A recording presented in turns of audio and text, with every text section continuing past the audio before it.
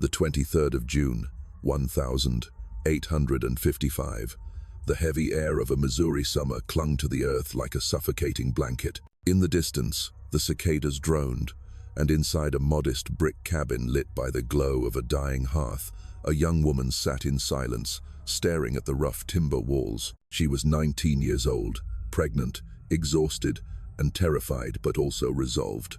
For 5 years, the nights had followed the same script. At a certain hour, she would hear his footsteps cross the property, deliberate and heavy, always heading toward her door. And with each visit came the same horror, the same torment she had begged to escape. But this night would be different.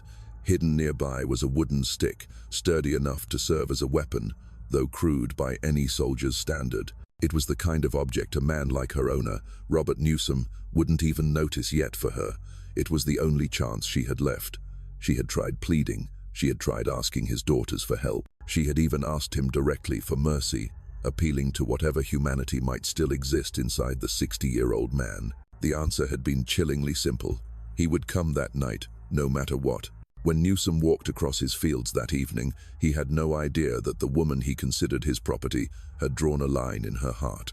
He had no idea that the rules of power he had relied upon his entire life, the law, the silence of his daughters, the fear he instilled in others, were about to collapse in the most violent way imaginable. What followed would ignite one of the most disturbing trials in American history. It would expose the grotesque paradox of a legal system that called a human being property, but held her accountable as a criminal when she fought back. Celia's story is not one of quiet endurance. It is the story of a young enslaved woman who decided she would rather risk death than submit to one more night of abuse. And in making that decision, she forced her community, and eventually, the courts of Missouri, to face a question they had long tried to ignore. When the law says a woman is property, can she ever claim the right to defend herself? The case of Celia is not just a courtroom drama from the 1850 seconds. It is a story that reverberates across time, raising questions about power, justice, and survival that remain chillingly relevant. This was not a random act of violence. It was the culmination of years of brutality, sanctioned by a society that protected slaveholders at every level. The moment Celia lifted that stick, she not only fought for her body, she struck against a system designed to strip her of humanity. In this series, we will peel back the layers of her story. We will walk the dusty fields of Callaway County, Missouri, in the years after the Missouri Compromise. We will examine how Robert Newsom, a wealthy farmer and patriarch, created an isolated world where terror reigned unchecked. We will trace Celia's journey from a 14-year-old girl purchased on a pretense to a young mother burdened with children born of coercion, to a desperate survivor who chose defiance. And finally, we will follow her into the courtroom, where the law itself became her final tormentor. What unfolded in Missouri was more than a crime. It was an indictment of an entire society. Celia was judged as a person when she resisted, but erased as a person when she pleaded for protection. Her case revealed a truth Americans were unwilling to confront. Slavery was not only an economic system but also a vast engine of sexual violence. And when one victim dared to resist, the system bent every rule to make sure her act was punished, not acknowledged. Tonight, we begin with that June evening, the cabin, the silence, and the decision that would change everything. Before dawn broke, a man who had believed himself untouchable lay dead, and a woman who had been treated as less than human had seized control of her fate. In that single moment, Celia crossed an invisible boundary. She had stopped being a victim in silence, but the cost of her defiance would be nothing short of catastrophic. This is not just history, it is a story of fear, courage, and the limits of human endurance. And by the end, you may find yourself asking the same unsettling question that haunted Missouri in 1855. When law itself is unjust, what does justice truly mean? To understand the chain of events that culminated in Celia's desperate act, we must first step into the world of Robert Newsom, a man shaped as much by the soil of Missouri as by the culture of Virginia from which he came. He was not an anomaly. He was a product of his time, his community, and a system that allowed cruelty to masquerade as order. Robert Newsom arrived in Missouri around 1822. part of a wave of Virginians moving westward in search of land and prosperity. He settled in Callaway County, a region carved out of fertile soil where the Middle River wound its way through fields that promised abundant crops. Missouri had just been admitted to the Union under the Missouri Compromise of 1820, a political balancing act that declared Missouri a slave state while banning slavery in other parts of the Louisiana Territory. This compromise had inflamed passions across the nation, but for men like Newsom, it was a guarantee. Here, slavery would be protected. Here, he could expand his holdings without interference from Washington. The frontier was no idyllic paradise, it was a place of constant tension. By 1850, nearly 40% of Callaway County's population was enslaved. White families like the Newsoms lived under the persistent shadow of being outnumbered by those they claimed to own. The fear of revolt, whispered in fireside conversations, justified brutal systems of punishment and surveillance. In this fragile balance, every planter's home became both fortress and stage, where power had to be performed daily and ruthlessly enforced. Newsom thrived in this environment. His farm stretched over 800 acres, valued at more than $3,500, a considerable fortune for the time. The property produced dairy, beef, cattle, pigs, sheep, and crops, worked not by free laborers, but by enslaved men and one young boy. Farms without slaves were valued at a fraction of this, a fact that underscored how central enslaved labor was to wealth. To men like Newsom, human beings were not just workers, they were capital. But there was something unusual about his farm. By 1850, Newsom owned 5 adult male slaves and a boy, but no women. This was not an oversight. It was deliberate. Female slaves were often seen as essential for domestic labor and reproduction. But for Robert, the absence of women was strategic. He wanted to avoid entanglements with families or kinship bonds that might strengthen enslaved resistance. He wanted control unbroken by attachments. And, as the years would reveal, he wanted something far more sinister. The household itself reflected both prosperity and fragility. Robert's wife, Elizabeth, had died in 1849. Her death was more than a personal loss. It was a turning point. Neighbors described Elizabeth as a moderating force, the last restraint on Robert's darker impulses. With her gone, the boundaries that once separated discipline from abuse eroded. His daughters, Virginia and Mary, remained on the property. Virginia, in her 30s, was already marked by loss, widowed or separated. She lived there with her children, including a boy named Coffee, destined to play an unwitting role in his grandfather's fate. Mary, still a teenager, would grow up under the weight of a secret she could neither stop nor escape. The farm itself was orderly on the surface. Fences neatly divided pastures. Orchards dotted the property. But beneath this facade lay a current of fear. The enslaved men knew the cost of defiance. Newsom, like many of his neighbors, used the threat of sale as a weapon. To be sold meant permanent separation from anyone you loved, an exile more feared than the lash. This was how power operated in Callaway County, through constant reminders that life and death, love and separation, were decided not by God, but by the master's whim. By the mid-1850 seconds, larger political storms swirled beyond the farm. The Kansas-Nebraska Act of 1854 had thrown the entire region into chaos. It repealed the Missouri Compromise, allowing settlers to decide by popular sovereignty whether slavery would spread into new territories. The result was a wave of bloodshed known as Bleeding Kansas, as pro-slavery and anti-slavery settlers clashed violently just across the border. Missouri, perched on this fault line, became a tinderbox. Farmers like Newsom, steeped in the conviction that slavery was both natural and profitable, watched nervously as abolitionist fervor spread. It is within this volatile climate that the story of Celia begins to take shape.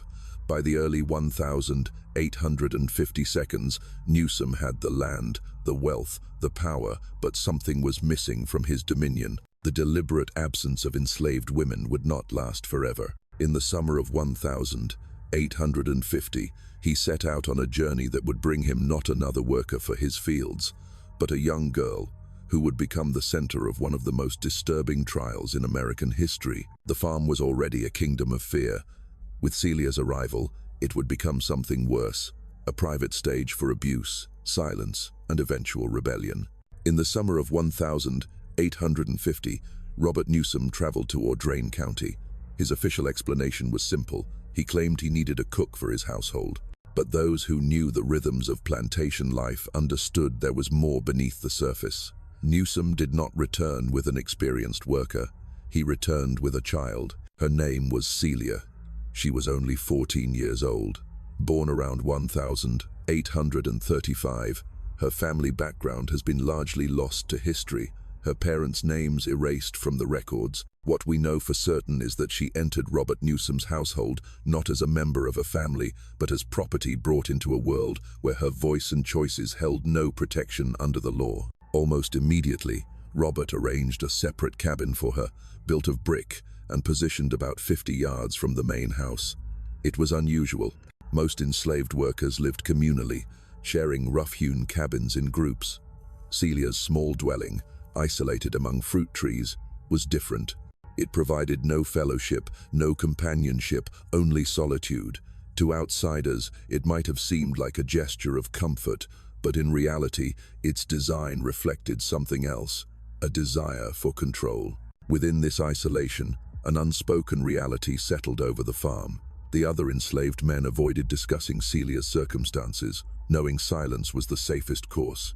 Robert's daughters, Virginia and Mary, also knew more than they admitted. They saw Celia's growing children who carried in their faces the undeniable stamp of their household. Yet they remained quiet.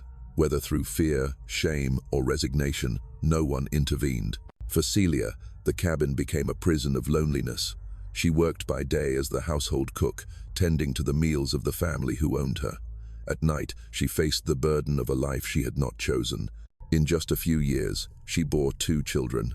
She was 16 when the first was born, 18 when the second came. By 1855, the eldest child was old enough to notice patterns, the footsteps outside, the door opening, their mother's visible distress. Even the innocence of her children was touched by the unspoken tension that hung over that small brick house. Her isolation was deliberate. Robert kept her apart from the other enslaved workers, denying her community and the possibility of solidarity. Without family nearby, and cut off from the shared life of the quarters, Celia lived in a world of silence. Her only comfort was in her children, yet they were also living reminders of her captivity. This was the paradox of Celia's life, joy and despair intertwined. She was a mother, but not free to protect her family. She was a young woman, but denied the right to direct her own future. Every path outward seemed closed. She could not appeal to neighbors for help. She could not expect justice in the courts, where enslaved people were barred from testifying against whites. Even within the household, the daughter's silence left her abandoned. And yet, behind the silence, something else was forming. The years of isolation, of being kept apart, of enduring without allies, these experiences did not erase her will. Slowly, they planted a seed of resistance. She had been brought to the farm as a child, but by 1855, at 19, Celia was no longer the girl Newsom had purchased.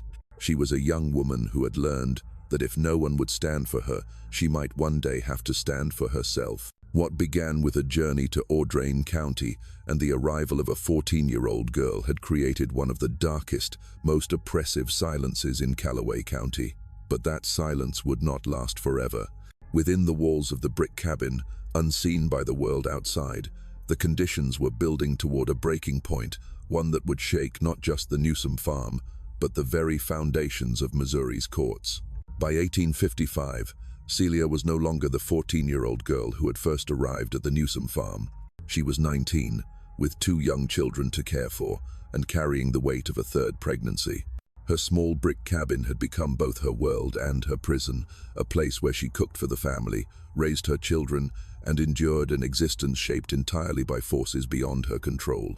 Amid this isolation, an unexpected relationship began to form. One of the enslaved men on the property, a young man named George, noticed Celia's suffering.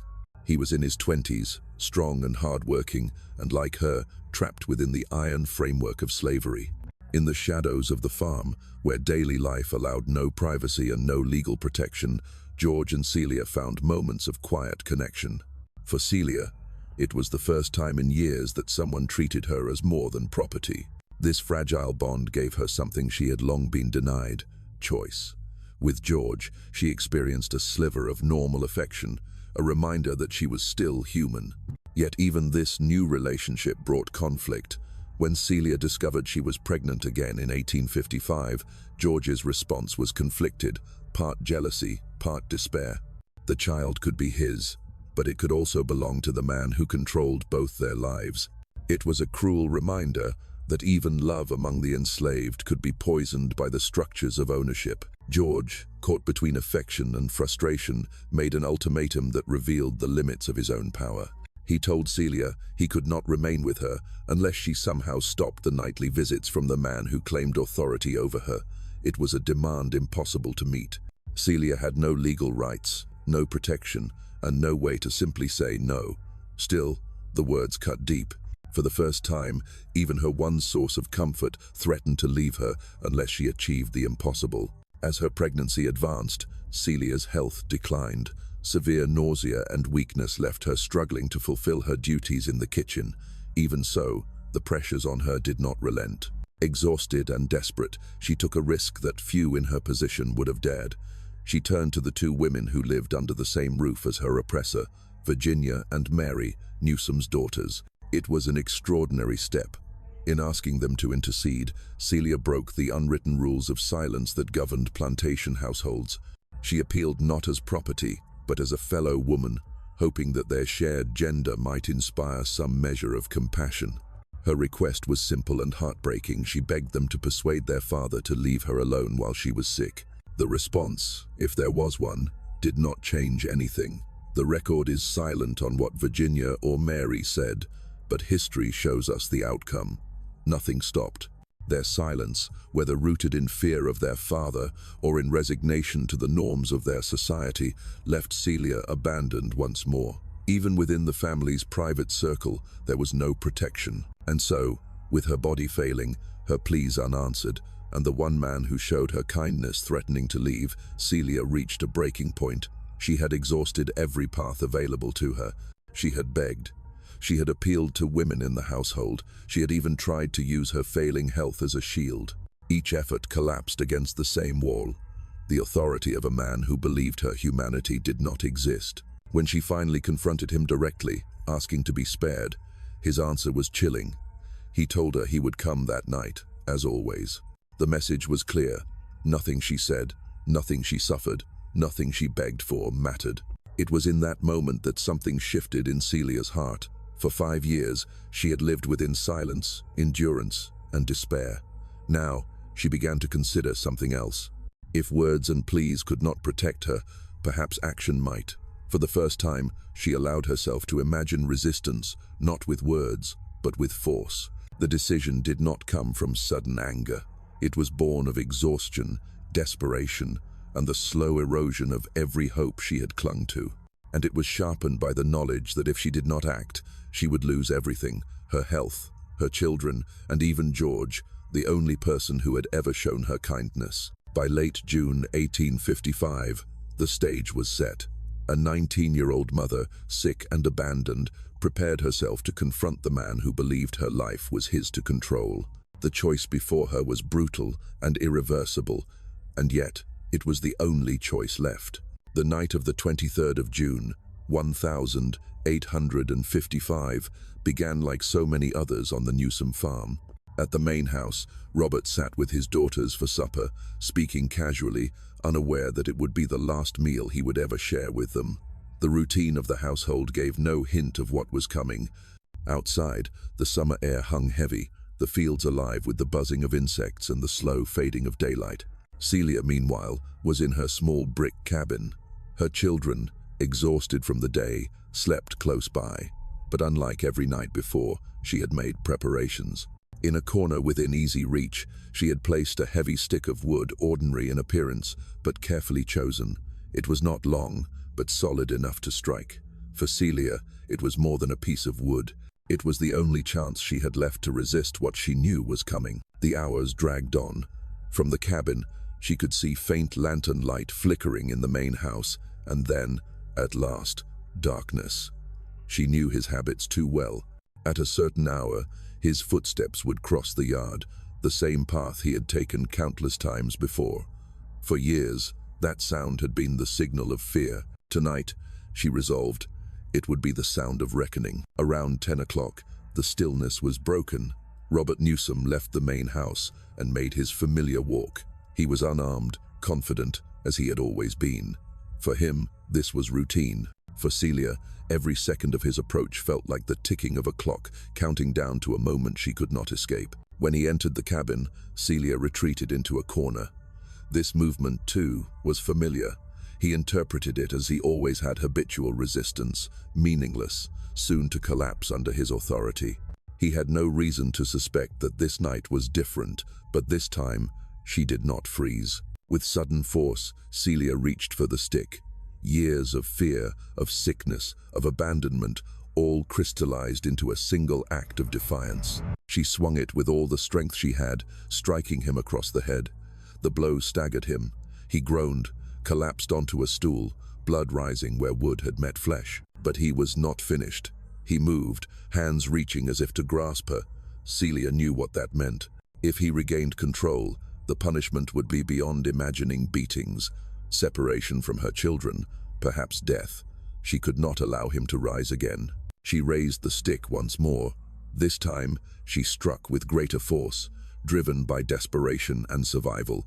The sound was final. Robert Newsom, master of the farm, a man who had believed himself untouchable, fell to the dirt floor of the cabin and did not rise. For a long moment, silence filled the room. Only Celia's ragged breathing broke it, mingling with the soft breaths of her sleeping children. In that silence, the world had shifted. For 5 years, she had lived under his control. In a matter of seconds, that control was gone. The enormity of what she had done settled over her slowly. She had crossed a line from which there was no return, but panic did not overtake her. Instead, she remained still, calculating. Killing him was only the beginning. Now she faced the greater challenge: how to conceal what had happened, and how to protect herself and her children from the storm that would surely follow. On that summer night, in a cabin built to contain her, Celia had broken the silence of years with 2 decisive blows. It was not triumph, but necessity. Not freedom, but a momentary grasp at survival. Outside, the Missouri night stretched on as if nothing had changed. But within the brick walls of the cabin, history had turned. When the silence returned to the cabin, Celia did not collapse into panic. Instead, she understood with startling clarity what lay ahead. Killing Robert Newsom had ended one terror, but it opened another: discovery. On a farm where every detail of life was watched, the absence of the master would raise questions by dawn. She had only hours to decide what to do. Burying him was impossible. The ground around the farm was hard-packed, and she lacked the strength or time to dig a grave deep enough to hide a man of his size. Carrying the body beyond the property was equally unthinkable. She was weak from pregnancy and illness, and the risk of being seen was too great. Only one option remained: to make the body disappear. The cabin's fireplace, small and ordinary, became her only hope. Gathering herself, she began to collect wood and dry staves from outside, working under the cover of darkness, her movements careful, deliberate. The night insects hummed around her, but the farm was quiet. No one stirred. Each armful of wood she carried back was a step toward a decision that would bind her fate forever. Inside, she built the fire higher than ever before, stoking it until the flames roared and the air grew unbearable. Heat pressed against her skin, but she did not stop. With determination that defied her exhaustion, she dragged Robert's body toward the hearth. Every motion was an act of willpower, a 19-year-old woman, pregnant and frail, performing a task that would test the strength of even the healthiest laborer. The fire consumed through the night. Hours passed, and Celia remained at her post, feeding the flames, adjusting the wood, ensuring that nothing remained untouched. The smell of burning wood mingled with something darker settled into the walls of the cabin. It was a vigil of endurance, one that demanded both physical strength and an unshakable focus. By the time the first light of morning crept across the horizon, the man who had once ruled the farm was reduced to fragments, ashes, charred remnants, bone reduced but not yet gone. Celia was not finished. Carefully, she took what remained and crushed it further, scattering some into the soil outside, mixing it with the earth so that nothing could be easily recognized. Then, in an act almost unthinkable, she enlisted the help of someone who could never understand what he was doing. Robert's own grandson, young Coffee, played near a cherry tree that morning. Celia, keeping her voice calm, offered him a simple bargain. If he helped carry away ashes from her fireplace and scatter them along the path to the stables, she would reward him with a handful of nuts. The boy agreed, innocent of the truth. Together, they spread the remains of his grandfather across the very land he had once commanded. It was a chilling irony. The ashes of Robert Newsom, the man who had claimed every life on that farm as his possession, were now scattered under the feet of those he had ruled. His own bloodline, unwittingly, had taken part in erasing him. By dawn, the cabin looked almost ordinary again. The fire had burned down to embers. The room had been swept. The tools of survival had been put away. To any casual eye, it was simply another morning in a cook's quarters. But within those walls, Celia had performed one of the most extraordinary acts of resistance ever recorded, a complete erasure, carried out with determination and silence. The farm awoke as it always did, neighbors unaware, family unsuspecting. Yet the path between the cabin and the stables held a secret in its dust, and the cabin itself carried the weight of a night that could not be undone. At first light on the 24th of June, the farm stirred as it always had. But soon, unease spread through the household. Robert Newsom was nowhere to be found.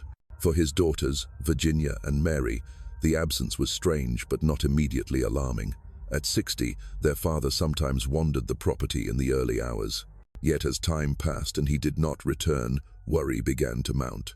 Virginia took the lead in searching, walking familiar paths, scanning along the streams and orchards.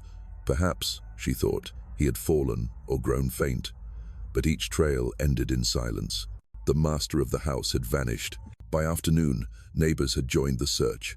Among them was William Powell, a practical and observant man from a nearby farm. With his arrival, the effort grew more focused.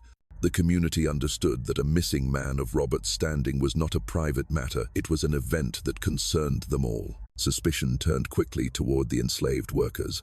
George, who was known to be close to Celia, drew particular attention. Under questioning, he denied involvement. But then, in a remark that would prove fateful, he said that Robert's last walk had been toward the house, pointing to the path that led near Celia's cabin. Whether careless or deliberate, his words lit a spark. Eyes shifted toward the small brick building that stood just beyond the orchard. Investigators entered the cabin, expecting to find something obvious. Instead, the room was neat, the fireplace swept, the space quiet. But sometimes, absence is its own kind of evidence. The very cleanliness of the cabin raised suspicion. Powell and the others felt that something had happened there, something carefully hidden. They confronted Celia in the kitchen of the main house. She was calm, working as if it were an ordinary day. Powell began with pressure, telling her that George had already spoken. He claimed to know she was hiding the truth. At first, Celia denied everything, holding firm against his accusations. But the threats escalated. Powell warned her that she could be hanged. More cruelly, he threatened to separate her from her 2 young children. For Celia, this was a torment beyond words. Those children were her only source of comfort, the only family she had. The possibility of losing them pressed harder on her spirit than even the threat of death. Still, she resisted. Hours passed. Then, in a moment of clear calculation, she made a request. She would tell the truth, but only if Robert's sons, Harry and David, were removed from the room. She seemed to understand that in their presence, her words would bring immediate danger. Powell agreed. With the heirs gone, Celia began to speak. At first, she offered a partial story that Robert had come to her cabin, but had left afterward. It was a thin shield, an attempt to reveal just enough to satisfy them. But Powell pressed further, refusing to accept half-truths. At last, under relentless pressure, Celia confessed. She told them Robert had come as he always did. She had struck him with a stick, twice. The second blow had ended his life. But she insisted on one crucial detail. She had not meant to kill him. She had only wanted to stop him. The investigators were stunned, but Celia's account did not end there. She admitted that she had worked through the night to destroy the body, tending the fire until dawn, scattering what remained so no one would know. Her words painted a picture more chilling than they had imagined. They returned to the cabin with shovels and sharp eyes. In the ashes of the fireplace, they found what they sought: small fragments, burned but still recognizable as human bone. Buried under the hearth, larger pieces remained. Scattered along the path to the stables, bone mixed with earth. Among the fragments lay objects that told the story beyond doubt: a belt buckle twisted by heat, buttons from a shirt, a pocket knife blackened by fire. Virginia herself was called to identify them, and with trembling words, she did. The truth could no longer be denied. Robert Newsom was gone, reduced to ash and fragments in the very cabin he had built for Celia. And the young woman who had been brought there as a child now stood accused not only of defiance, but of murder. By the 25th of June, just 2 days after Robert's disappearance, Celia was under arrest. The community that had once ignored her suffering now moved swiftly, determined to punish her for daring to resist. By the autumn of 1855, the investigation had moved swiftly toward trial. Celia, now 19 years old and heavily pregnant, was transferred to the Callaway County Jail in Fulton. Her case was scheduled for October, just months after Robert's death. For the community, this was not simply about a crime. It was about protecting the very foundations of the system they lived under. The courtroom was crowded when the trial began on the 9th of October.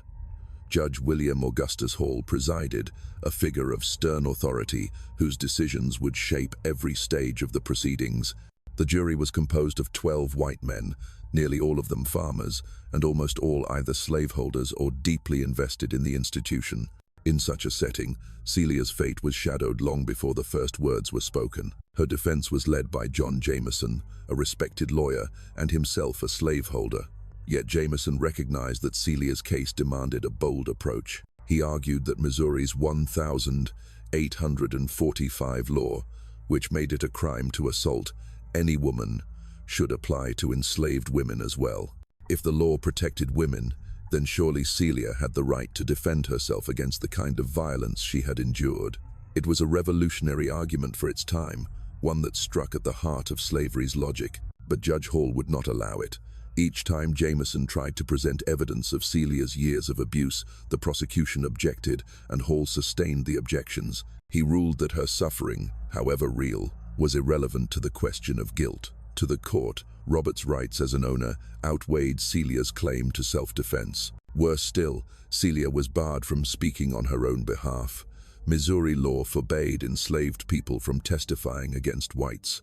She could not stand before the jury and tell them what had happened in her cabin, why she had acted, or what she had endured for 5 years. Her voice was silenced at the very moment it mattered most. The prosecution built its case around material evidence and testimony from the Newsom family. Virginia described the fragments found in the fireplace, the buttons she had sewn on her father's shirt, the pocket knife she recognized instantly. Her words carried both grief and unspoken knowledge, but the court permitted no discussion of her father's behavior towards Celia. The boy Coffee also testified, telling how he had helped scatter ashes along the path, never knowing what he carried. His innocence made the story all the more tragic. The defense tried to cast doubt on the details. Could a small household fireplace really consume an entire human body? Jameson brought forward Dr. James Martin to explain the science of burning, but each time he attempted to give evidence, the prosecution blocked him, and Judge Hall upheld the objections. Facts that might have complicated the narrative were kept from the jury's ears. When closing arguments came, the tone was already set.